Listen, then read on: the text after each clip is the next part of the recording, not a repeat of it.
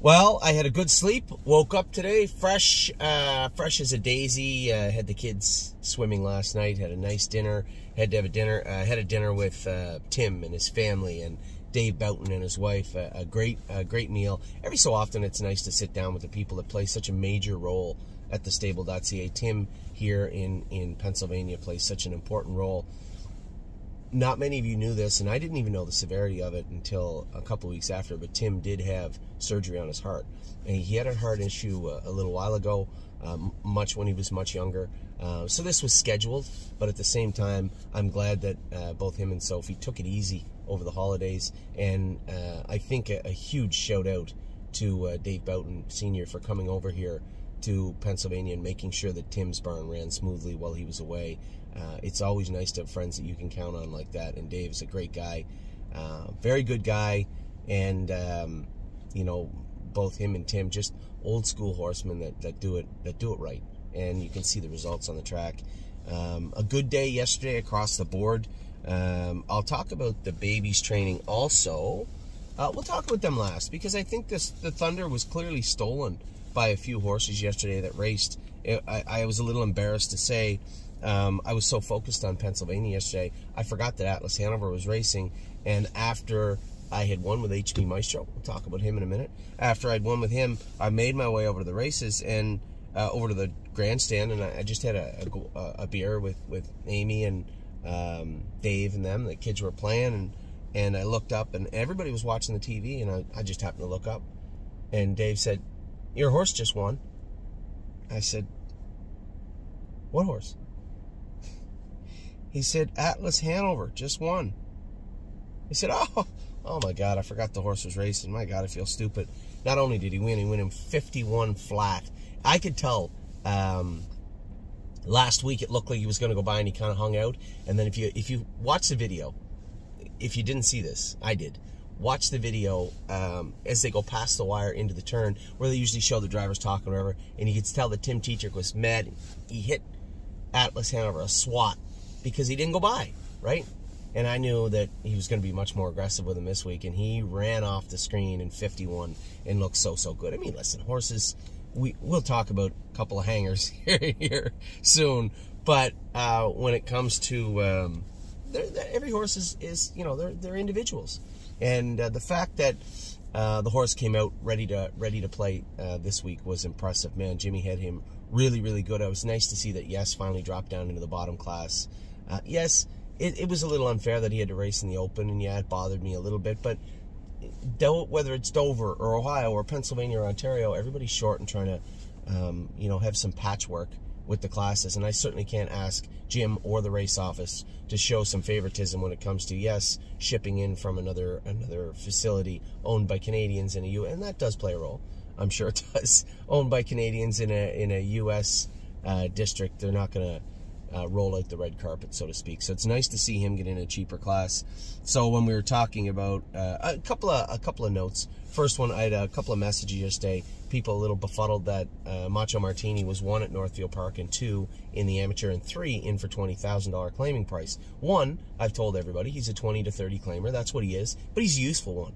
Now, a little tricky. You want to pull up his past performance lines and how odd he was to race at 3 and into his 4-year-old season. If somebody wants to reach in and grab him, not knowing if he can get around a half, because truthfully, I think he can. I'm pretty sure he can. Can he? I don't know. And I wasn't ready to wait 2 weeks to get him in to go up a class at the Meadows. So we opted to take him and put him at Northfield Park. Now there is a 20,000 claiming series going on also right now for horses in Dayton. The thing about that is, now you're a different setting. Now you're claiming them because they race in a claiming series final. That claiming series doesn't go for 3 weeks. Or no, it goes next week, the 12-5 after that. There's always going to be a place for Macho Martini. Useful horse, but I think we have to do what's right by him and race him where he can do well. You know, to think, and I tell everybody, you know, and Marco is right. Lots of people are right. Hey, I'm sure he could do in the non-winners of 5,000 at Ontario. Absolutely he could.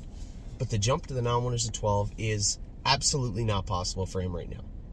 So you could do good in the non-winners of 5, which he doesn't fit right now. He could in a few starts, but after that, you're going to get smashed. even to race him in horses that race for less than 15,000. He cannot beat Stay Close or those horses also. So we need to find a proper place for him. I would love if he could do in that amateur optional 20. Go ahead.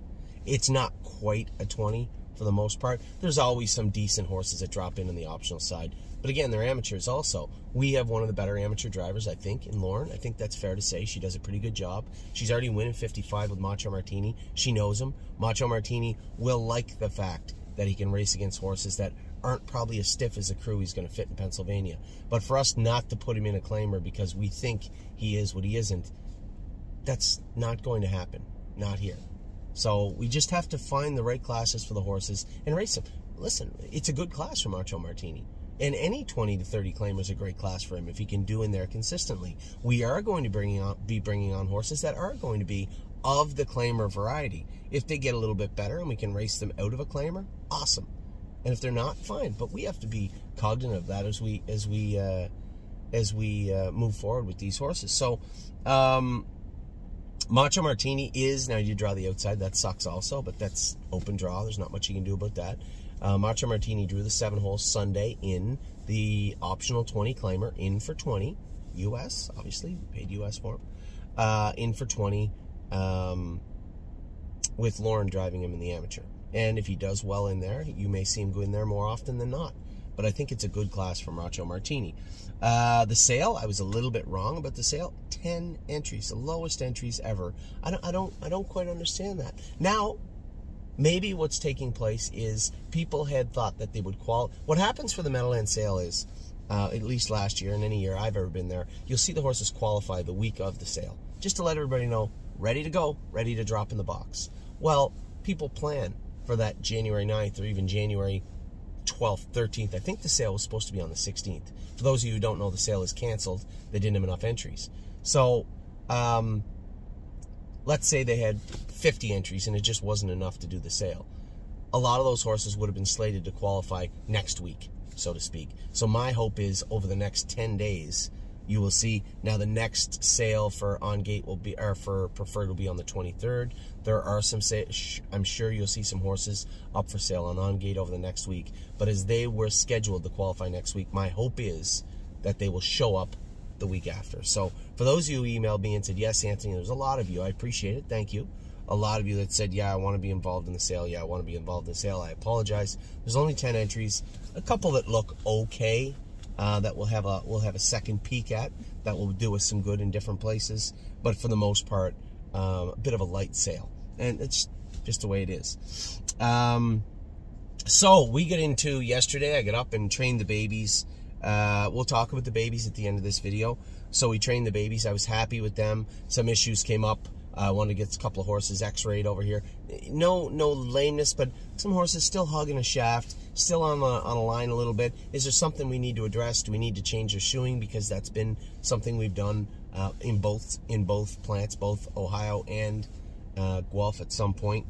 But first and foremost, let's make sure that the horses are all right. We've already had 3 or 4 fluoroscoped in Ontario, and we've been very fortunate.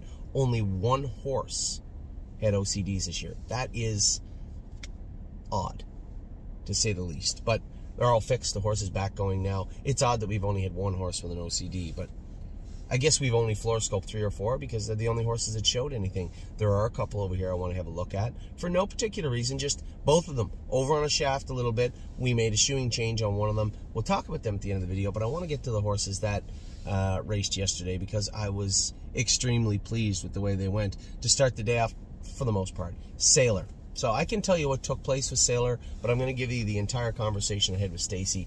I went out in the track with the 9-hole. I get away 9th. You're not going to get a whole lot. My plan was to get away 5th or 6th and be out in the flow. As I went out of there with Sailor, didn't look like there was a whole lot of opportunity to get in. Now, you have to understand, when you're floating out of there with an 8 to 10 to 1 shot, there's less likely you're going to find a hole. If you go out of there with a 6 to 5 or 8 to 5, somebody's going to shoot you a hole wanting to follow you, right? Knowing that you're going to come again, that's perfect cover. But when you go out of there with a horse that's a little bit of a long shot, there's not a lot of vacancy in there, and there's not a lot of people looking to shoot you a hole. And when I went out of there with Sailor, I looked quick left. It looked like a 4-hole might open up, but if I go to look to get in that hole and it's not there, it's too late. I can't get to the front in time. There's no shot they're going to cut me loose. So I opted to go on with Sailor. Now we get up there, 27-2, obviously a little quicker than I wanted to. I backed the half up as much as I could, 56-1, and I'm saying to myself, I know he's going to be on fumes soon. Maybe there might be a 56 mile in here, 55 in a piece. The horse in behind me, horse to beat. I'm in trouble. Now we're in salvage mode. Are we going to be able to salvage a check? Aaron jumped on me down the backstretch, and Sailor walked. I walked a lot more than a tired horse. We scoped him after, and it looked like he did flip his palate. Now, I did score him down a little bit because he's coming off a break, right? And I want to know what the hell is going on with him. How's he trotting? So I did score him down a little bit. As I was pulling him up, he never made a noise. I didn't hear him make a noise at all. But when we scoped him after, there was signs that he flipped his palate. So 1, he flips easy. 2, I think the score down probably didn't, because he didn't flip his palate in the race. I know you could see me seesaw him coming to the half, but he wasn't really aggressive. He was just hot, like he usually is. On the good side of what he used to be like before, he could be a complete runaway. Yesterday, he was just mildly manageable coming to the half. Not enough that I could get over there 58 or 57 in a piece, but enough for I wasn't concerned until we started into the backstretch. So afterwards, we found out what happened. Now, I'd said to Stacy, listen, enough's enough. You know, I don't want to rest him. I think he's a claimer. So put him in where he can go. She said, well, which claiming series do you want him in Dayton? I said, the 12-5, if we have to. Whatever one's going. She said, well, the 20 goes now. The 12-5 goes in 3 weeks. I said, well, I'll tell you what to do. You call Brett, because I don't know the landscape of Dayton's racing right now. You call Brett, and you ask him which one he'd like him in. Preface the conversation with this statement. Where can he win? If he's going to go on the track at 18-1 in the 20 claimer, then we're in the wrong place. So she had talked to Brett. Brett said, no, I think I can win the 20 claimer with him, but, you know, he'd have to be good. And at this point, we hadn't scoped him, right? We didn't know, or we had just scoped him. So I'm trying to take all the information in, both what I saw when I drove him, but I'm trying to give him a break because now I know what happened to him. But at the same time, I want to know where we can race and where he can do. Now, I guess the fact is he raced the 20 goes first, and then the 12 in 3 weeks. You can put him in both if you want. If he doesn't do as good as you want in the 20, put him in the 12. 12-5 claimer. And that might be shocking for some people. Oh, my God, he's got to be worth more than that. The difference between even a horse worth 50 or 60,000 and a horse worth 15 is very small. For those of you who own both with us, who've seen horses move around, you know that the difference between those two levels is minuscule in times. But we got to put the horses in where they can do. Can't do wrong by Sailor. Didn't do him any favors yesterday. We certainly need to help him out in the future. So just put him in where he can win. So Brett believes he can do in a 20. Fine, we'll race him in the 20 claiming series. There was a concern it may not even fill. Also, she said, well, what if we entered Macho Martini in it also? I said, well, the problem with entering Macho is I don't really want to get rid of Macho. I just want to race him where he can do. And if we put him in the 20,000 claiming series, there's going to be eyeballs on him. I think they're going to snap him up right away. And that's not to say that they won't on Sunday. I don't think they will. But I would claim him out of the claiming series. So why wouldn't anybody else? I guess that's the... And there's a claiming rule in Ohio also. I think if you claim a horse from Northfield, it has to race at Northfield. I know that Jason ran into this. He claimed a horse at a Scioto, and it had to race in Scioto for a few starts, I believe is what had happened. So there is some not just jurisdictional rules, but racetrack rules also. So I'm less apt to say yes for Macho Martini and much more apt to say yes for Sailor. So there'll be a few more discussions over this over the next 24 hours between Stacy and I and her and Brett. I don't get to talk to Brett very much. I talk to him all the time on the track, but Brett's a super quiet guy, and Stacy does all the heavy lifting when it comes to the barn, I believe. So I'll leave her and Brett to talk about Sailor. What they come up with will be up to them. I'm happy with either or both claiming series. Then I raced Locatelli. Yeah, I felt bad. Listen, I don't want to use up Locatelli hard. Yeah, he's a racehorse, but you know, this is no joke. For those of you who remember Combs Hanover, he won the Open in Toronto 3 or 4 times for Paul McDonnell. Legit good horse. Had some time off, 2 months off, or a month off, month back. Qualified him 2 months after his rest. freshened up a little bit, coming off a big win in Northfield. So I'm keeping an eye on him. I'm watching the 6, but I'm watching Ronnie also. And I don't really want to blast Locatelli out of there. You know, if you can see the race, I'm looking left, I'm like, oh, great, Ronnie's not leaving. This is going to work out great. If Ronnie lands down 6th or 7th, I can get in behind him. I can follow him. This is perfect. So I take him back, and I'm following him out of there. I'm like, oh, my God, I see what happens. This 6 horse lands on the front. And I remember hearing Brian Zent say that he's a little lazy on the front. He likes him more covered up. I'm like, oh, and I know that Ronnie knows this. Ronnie's a sharp guy. He knows what's going on. Like him and all these guys, they're not dumb. They watch the races and they know the horses. So as he sees Brian Zent land on the front, the field kind of compacts a little bit as we were up there 27-4, but that's not that fast when you have a horse from the outside clearing to the front.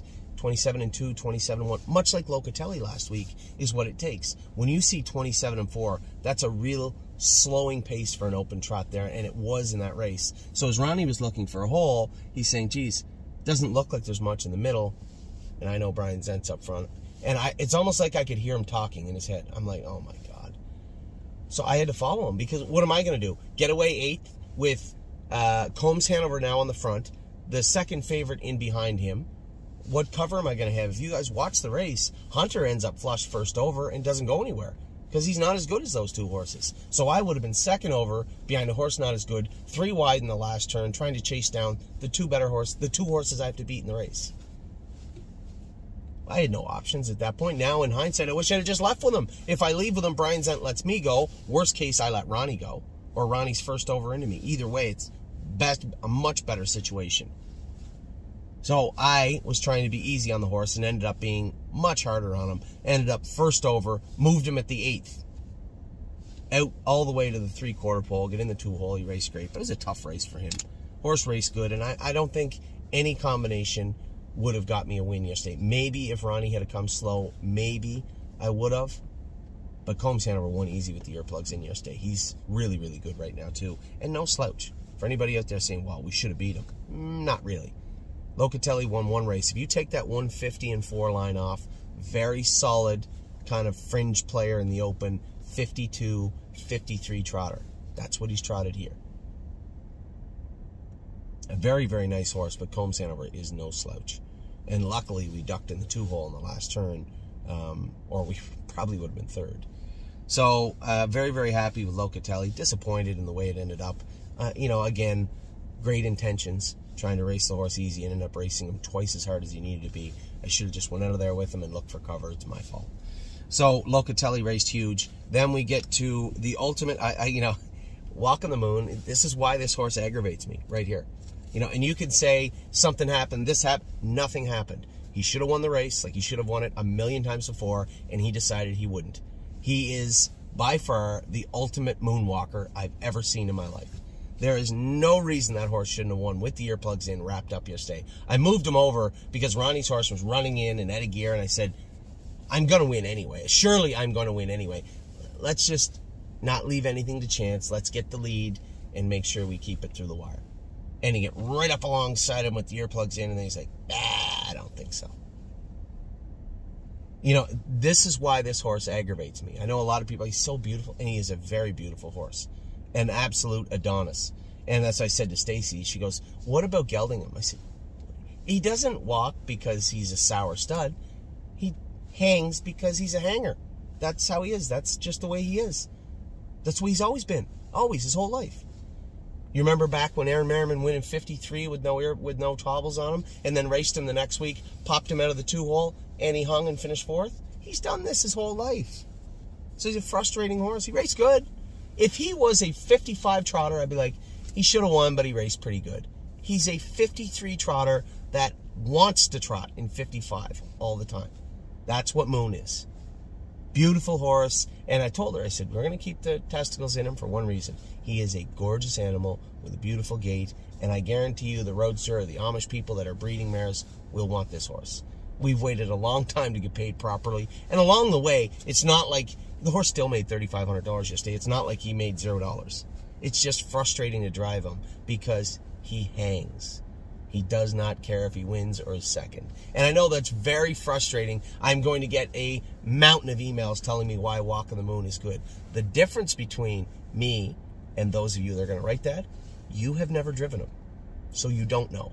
I'm telling you right now, I don't know that I've ever driven a more talented animal that chooses just to be ordinary. And Amy got mad when I compared White Tiger. Tiger will do that too. Hang, but he's a little quicker. He's a better horse than Moon, but he hangs sometimes too. And he's done it his whole life. And it's aggravating. There's nothing more aggravating than sitting behind a horse you know should win that doesn't. But he still finished second. Still tried him 55-2. If you looked at his lines, you'd be like, all right, break, outside draw. He won. He was second. Oh, that Lauren Harmon won twice with him there and then was second with him. Anthony won in Oak Grove in 54. Aaron Merriman won without hobbles in 53. Pretty nice horse. Yeah.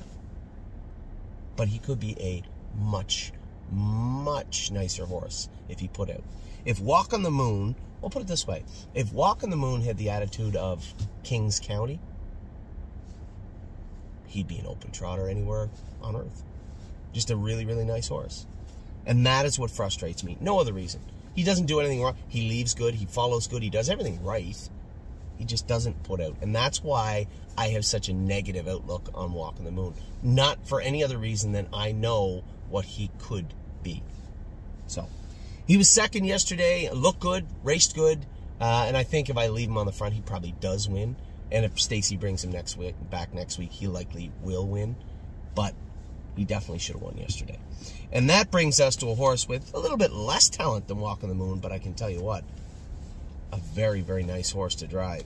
HP Maestro reminds me of almost like Austral Hanover was. This little horse is the sweetest little... bookends. I just talked about Walk on the Moon, who doesn't try. And I'm going to jump to a horse that apparently does try a lot. And just an absolute... He's perfection. He doesn't do anything wrong.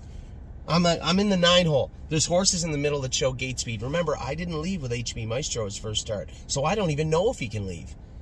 I get the 9 hole, the far outside in a 5/8, and I'm like, ooh, if I catch the gate perfect, maybe I can get away in the middle. I caught the gate perfect. I looked left, and there was no one around. He crossed right over, but as soon as I got to the front, you see his ears go up. I just tapped the brakes ever so slightly. I could have been at the half and 102 if I wanted. What a sweetheart. Aaron came with his horse cleared to the front. I let him go. I'm following him. I'm thinking out of the gate I'm a winner. I'm thinking at the quarter I'm following. I already stretched Aaron. His horse chased to make the lead. I'm a winner. Only horse in my mind can beat me is right in behind me. Resolving's a decent horse that raced in Ontario last year for Rob Fellows. Nice horse. He's sitting in behind me. I'm thinking, I'm first, second, third for sure. Probably first.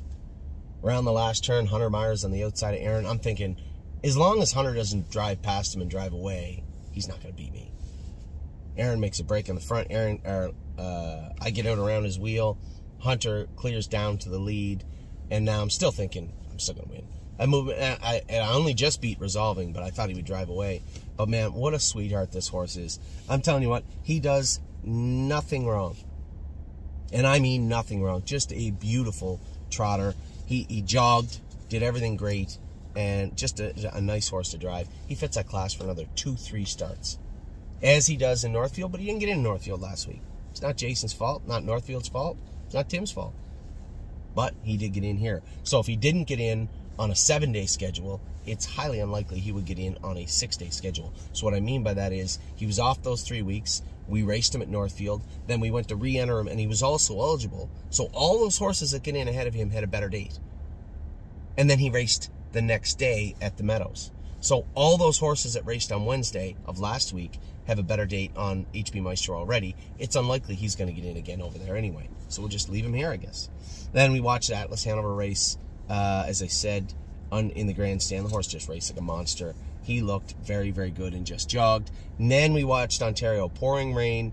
My 1%, I thought, trained good. James said he trotted great in the warm-up. He trotted great coming out of the gate. And then run. And then he said he run again down the backstretch. He thinks his feet are hurting him. We've had the vet put the testers on his feet and no reaction. But what you see on the track, we didn't get the vet to test his feet after he made a break at the half or at the start. We had the vet test his feet after he trained. Now, you should see some tenderness, some discomfort. There wasn't any present. But I can't disagree with James. It looked like, here's a horse that trotted good in the warm-up, trotted good out of the gate, and then about 5 steps out of the gate, something bothered him. And that only continued as the race went on. Later on down the backstretch, something bothered him. And the vet couldn't really find anything with my 1%. Beautiful trotter, too. I like this horse. He's going to be a nice horse for us.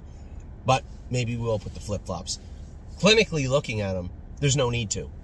But mechanically looking at him, I agree with James. I don't think the flip-flops would hurt. So we're going to move him from circuit plate, a little bar, that aluminum bar underneath, to a flip-flop and see if he's better. I don't know if he will be. But like with many horses, it's trial and error. So that's what we're going to try with him. And then Matt's MVP, it looked like James just raced him. Got away at the back. Didn't really try him hard out of the gate. A horse also that's had his issues. And it seems like after he gets about 10 starts into him, they start to rear their head. But no one flashpoint bothers him. Last year it was his right front, that check ligament knee issue. Never bothered him this year. His back seems a little sore. I know the vet want to do some chiropractic work on him. Great, but that is almost always secondary to something. We had flip-flops on him, and he wasn't as good. Dominic wanted to move him to the same plates that we had on my 1%. Now, I haven't talked to James about Matt's MVP specifically, but I will, as the qualifiers are over today in Schoolers. I want to talk to Mario about Bravura, how she went, about Blue Tesla, how she went. I want to talk about those horses. I want to talk to James about Matt's MVP. Procrastinator, I assume, was schooling again today, so I want to talk about those. But when it comes to Matt's MVP, last quarter in 28 and a piece, but was he really in a striking position? No, not at all. So we'll see how that plays out over the next week. That could go a number of different ways. It could be he's getting better, we do the chiropractic work, he's a real player next week. It could go the opposite end where James says, he just was rickety last night, we go to race him, and he was okay, but he's not as good as we hoped, and he might be on a path where we might put him up for sale. But that will be up to James, Matt's MVP, Dominic, the vet, everyone else.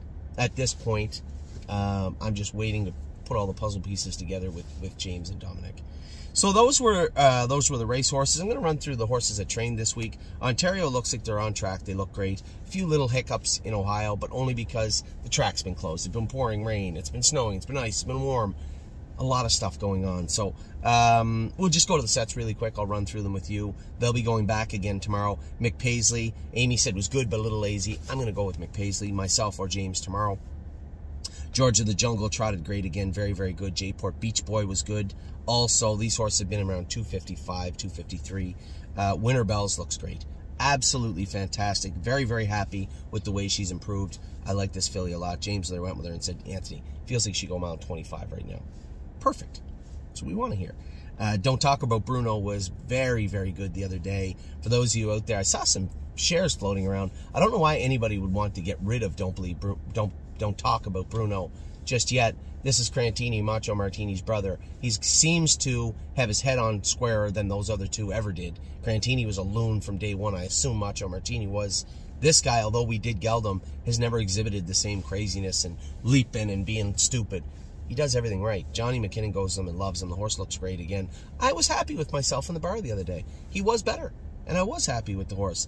I believe he's a little bit of an EPM horse. So the first indicator you can see is their tail is really weak. And I can't tell you why. It's neurological. When everybody first started talking about EPM, it was their tail was always weak. This guy's tail is always very weak.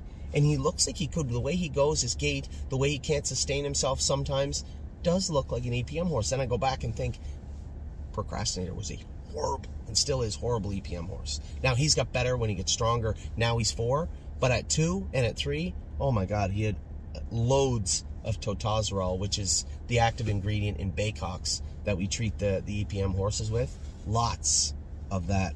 And I think myself and the bar might be the same. There's nothing wrong with that. I suspect blistering them, putting them on Baycox, the Baycox that we have, and watching him progress. I wasn't disappointed with this horse the way I thought I would be the other day. Much, much better. He is improving. Seasons of Love was very good. I went with her the other day. Very, very nice filly. We got the weight and the flip-flops back on her. Totally different horse. She looked great. Insider Trading was good. Flipped out a little bit before the training trip on Danny, but man, she trots nice. She was good again. Time is on my side. Amy said, oh, he's just so lazy. But that's okay. I mean, I went with the horse. I liked him. I said to Amy, if you could make him do what I could do, that would negate 20 years of driving on my part. So don't worry about it. It's perfectly fine that he's a little bit lazy. He does everything right, this horse. I might go with him tomorrow. Watch Your Mouth was very good. Holly in the Clouds, James says, feels very, very good. And Great Bet was good again, too.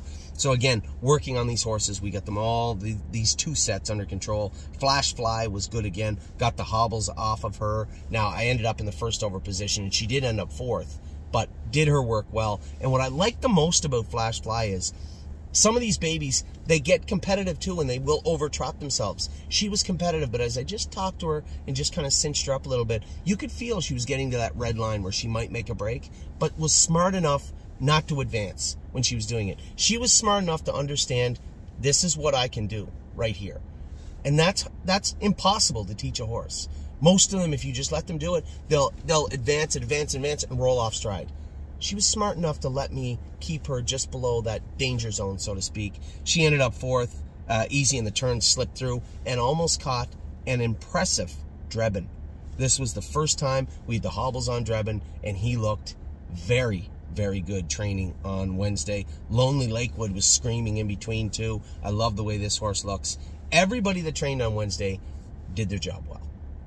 Every single one of them. And that is impossible almost sometimes. So we'll fast forward to yesterday.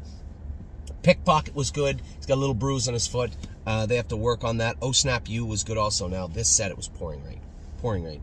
Prince Charmer had hit his knee, and his knee blew up a little bit. We just need to work on that and get it down. But attitude-wise, speed-wise, he's there. And as I said to Jason, he doesn't have the gait to pound his knee. He just close to his knees. Like Drebin will brush his knees. Way worse than Prince Charmer ever did. I suspect he probably shied away from something, give his knee a wallop, and it blew up a little bit. We just have to get it down, but he was fine. Royal Emeralds is coming very, very good for Jeff and everybody that owns that horse. Greg, the horse, she looks very good right now. And Really Don't Care made an odd break.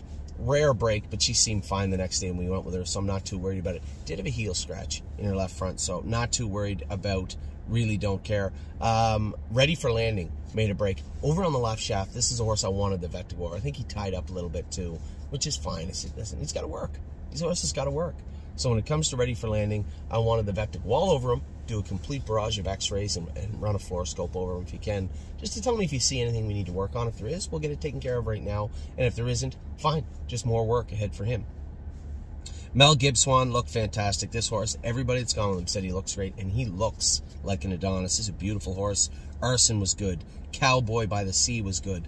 Electric Line made a little break in the same place he did before, but when I see him, he was right beside me when he did it. Just looks like he's getting close to cross-firing also. Needs a head pull on the left. We might switch him to a little set of trailers behind those trailers. Just kind of hold them. The premise behind them, it's a little piece of an extra shoe.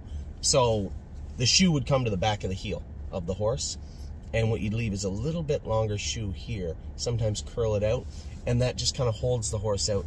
That's the hope anyway. Doesn't for every horse, but it does work for a lot of them. It's called the trailer. Now with some of the trotters, we'll have double trailers, which just holds them on the ground a little bit longer.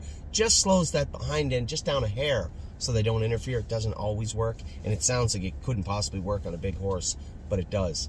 And we probably will go to a tiny trailer with electric line, but he looked great the other day also. Venice Blue Chip was good. Another horse over on the left shaft again, but doing her work very, very well. Amy said Murphy Blind was on the right. Sorry, on the right shaft.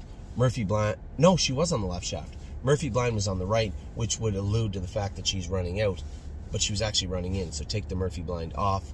Maybe figure out if there's something going on in that right hind. It doesn't appear to be anything serious anyway, but man, what a beautiful horse. And Paycheck Princess did her work well also. Vaquero Blue Chip was good. Southwind Digit was good. Sunset Acres Girl was good. All these horses went around 250.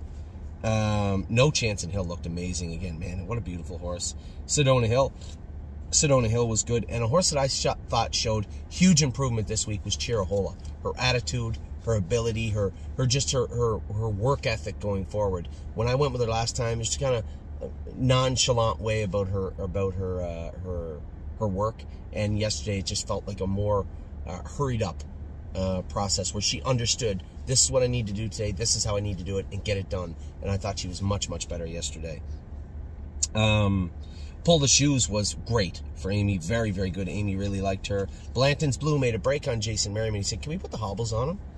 I said, yeah, I'd rather not geld him just yet. This is Mambasita's brother. I said, we can geld him. I'm not against it. I don't know if we're there yet. He wanted to put the hobbles on him. I didn't think he needed them, but by all means, try them on him. I don't have a problem putting the hobbles on any trotter. Purple People Eater was great, horsing a little bit, and might have had a little pee-pee on Jason going under the wire, which made me laugh. But from being that person, I know it's very frustrating, and I know Jason was not happy about it. Me, I might have just turned my head and chuckled a little bit.